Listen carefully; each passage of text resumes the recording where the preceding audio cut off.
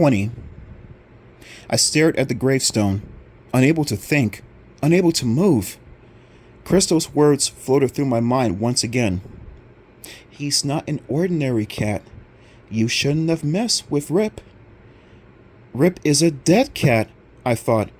A dead cat that I killed 3 more times. He'll be desperate now, Crystal had told me. That was his 8th life. He'll be desperate now. She didn't believe the old tale about cats having 9 lives, did she? I didn't believe it. Did I? If he only had 1 life, he would be dead and buried beneath a stone. Dead and buried in 1993. He couldn't have run under my bike tire. He couldn't have climbed over my face and tried to smother me.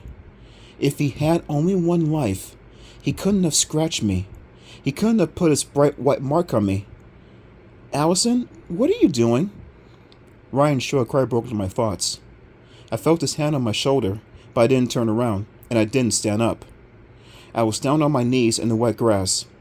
The cold dew seeped through my jeans, but I didn't care. Allison, what are you doing? I knew what I was doing.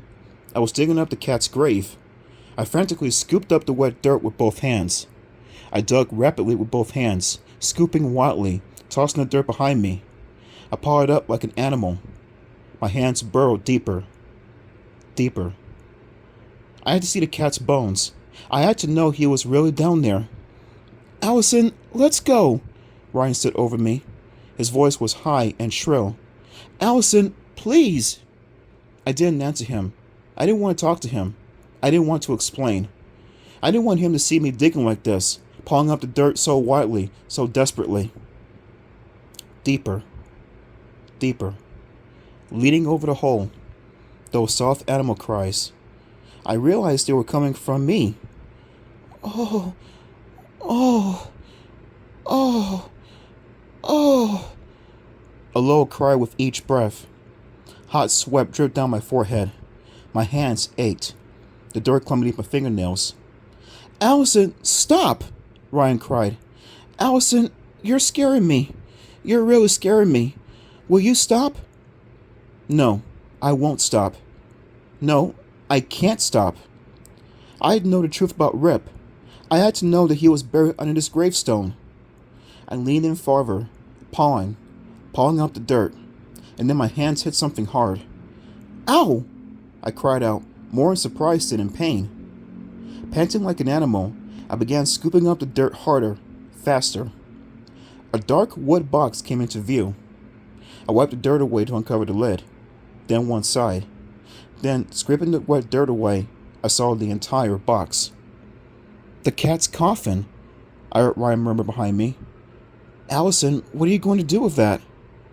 With a loud groan, I reached down. I grabbed the sides of the dark wooden coffin. I tugged it up, heavier than I thought. I slipped and started to fall headfirst into the hole. No! I uttered a cry, caught my balance, leaned in again. I grasped the sides of the cat coffin tightly and pulled it out of the grave. Panting hard, I slid the coffin onto the dirt. The lid was stained and caked with dirt. I brushed some of it away with my hand. Ryan stood behind me. I don't believe this, he muttered.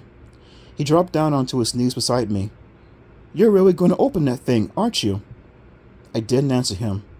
I was breathing so hard, my throat felt so tight and dry, I didn't know if I could speak. Shivering, I reached out both hands and grasped the cat coffin once again. Then I lifted the coffin onto my lap. I stared at it for a moment, then I swallowed hard. I grabbed the lid with both hands and pulled it open.